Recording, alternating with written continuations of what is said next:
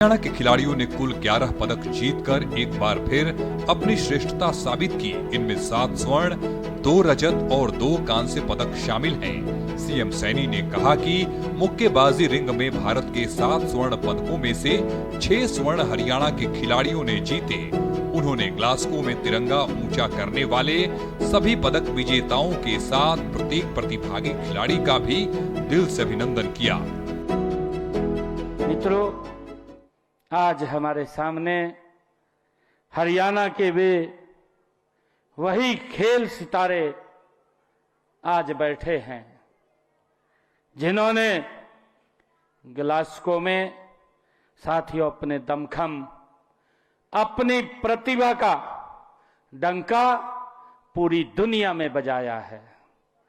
साथियों, आज हर हरियाणवी का ये सीना गर्व से चौड़ा है। साथियों, आज हमारे खिलाड़ियों की उपलब्धियों की खुशी आज पूरे हरियाणा में उत्सव बन करके ये छाई हुई है। सीएम नायब सिंह सैनी ने कहा कि जब कोई खिलाड़ी देश के लिए खेलता है तो उसके मन में ये चिंता नहीं होनी चाहिए कि खेल के बाद उसका भविष्य क्या होगा। उन्होंने कहा कि सरकार की नीतियां सिर्फ पदक जीतने तक सीमित नहीं है, बल्कि खिलाड़ी को सम्मान, सुरक्षा और अवसर देने का प्रयास किया जा रहा है। उन्होंने कहा कि सरकारी सेवाओं के अवसर, खेल अकादमियां, खेल नर्सरियां, प्रशिक्षण सुविधाएं और आधुनिक खेल ढांचे का लगातार विस्तार इसी सोच का प्रमाण है। मुख्यमंत्री सैनी ने कहा कि सम्मान समारोह में 24 खिलाड़ियों को कुल 13 करोड़ 97,50,000 रुपए के नगद पुरस्कार दिए जा रहे हैं। उन्होंने कहा कि पिछले लगभग 12 वर्षों में प्रदेश के 17,544 खिलाड़ियों को 742 करोड़ रुपए की नगद पुरस्कार राशि दी जा चुकी है।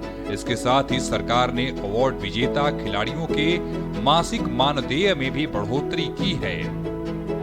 8 से 14 वर्ष की आयु के खिलाड़ियों को 1,500 रुपए और 15 से 19 वर्ष के खिलाड़ियों को 2,000 रुपए मासिक छात्रवृत्ति देने का प्रावधान किया गया है।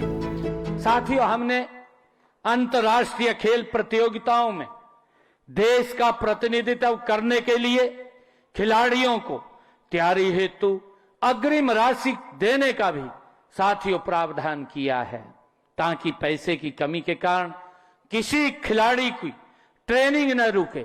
साथियों, हमने अवार्ड विजेता खिलाड़ियों के मासिक मानदेय में भी साथियों बढ़ोतरी की है।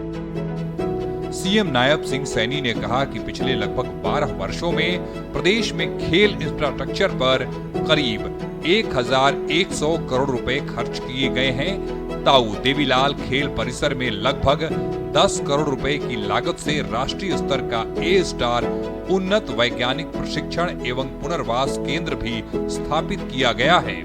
उन्होंने कहा कि खिलाड़ियों को बेहतर प्रशिक्षण और आधुनिक सुविधाएं उपलब्ध कराने के लिए खेल ढांचे को लगातार मजबूत किया जा रहा है, ताकि प्रदेश के खिलाड़ी राष्ट्रीय और अंतर्राष्ट्रीय स्तर पर बेहतर प्रदर्शन कर सकें।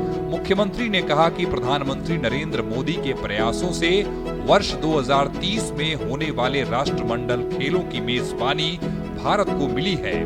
उन्होंने खिलाड़ियों का उत्साह बढ़ाते हुए कहा कि आज उन्होंने ग्लासगो में तिरंगा ऊंचा किया है और आने वाले वर्षों में पूरा विश्वास है कि यही खिलाड़ी ओलंपिक के पोडियम पर भी भारत का तिरंगा ऊंचा करेंगे।